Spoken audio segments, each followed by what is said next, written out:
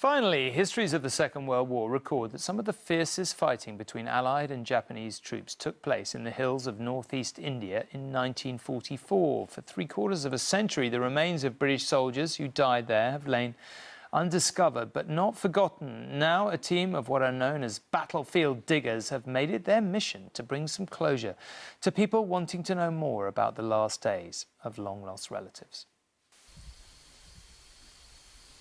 In the spring of 1944, British soldiers in eastern India had a mountain to climb, and then another, and so on. It's what they needed to do and did to defeat the Japanese at the Battle of Imphal and Kohima. Our infantry and tanks, after heavy and difficult fighting, succeeded in driving back the enemy. It was a British and Indian victory that turned the tide of the war in Asia. 76 years later, the soldiers who were killed and still lie here are not forgotten. A team of diggers has been scouring the terrain in search of them and some answers about their final days in this foreign land. The driving force behind the project is Yumnan Rashawar, and he has led his men on a tough trek to a remote site where 4 British soldiers are buried, among them Private David Todd of the 2nd Battalion, the Suffolk Regiment. During the dig, Rashawar makes a video call to Private Todd's great-granddaughter Sharon, who's a nurse in Edinburgh. Good morning, Sharon. Good morning, Raj. How are you today? That's amazing. She may be more than 5,000 miles away, but Sharon watches as strangers try to help her discover her great-grandfather and his story.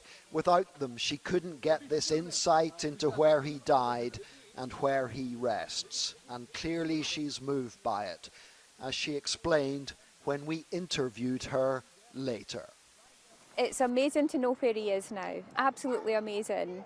I mean, he was lost. I mean, he's a little less lost now. The world seems a little bit smaller now as well, because before you just think, you know, he's out there somewhere in the jungles or mountains of the India-Burma border. So to know where his location is, it's a little bit less lonely for him. During their search, they unearthed shrapnel from an artillery shell and some belt buckles. Although they don't uncover any human remains, these finds give them confidence. They are on the hill that Private Todd and his comrades gave their lives for. Yeah, I should say this is very much rewarding, not on a monetary or a materialistic reward, but we receive, say, a lot of best wishes and thank you notes from various families. He feels they are getting closer and vows to return. Their visit included a ceremony to honour Private Todd and the other 3 soldiers from the Suffolks. We will remember them. We will remember them. Finally, there was a recital of the famous tribute to the British fallen, the Kohima epitaph. When you go home, tell them of us and say, for your tomorrow, we gave our today. John Irvine, News at 10.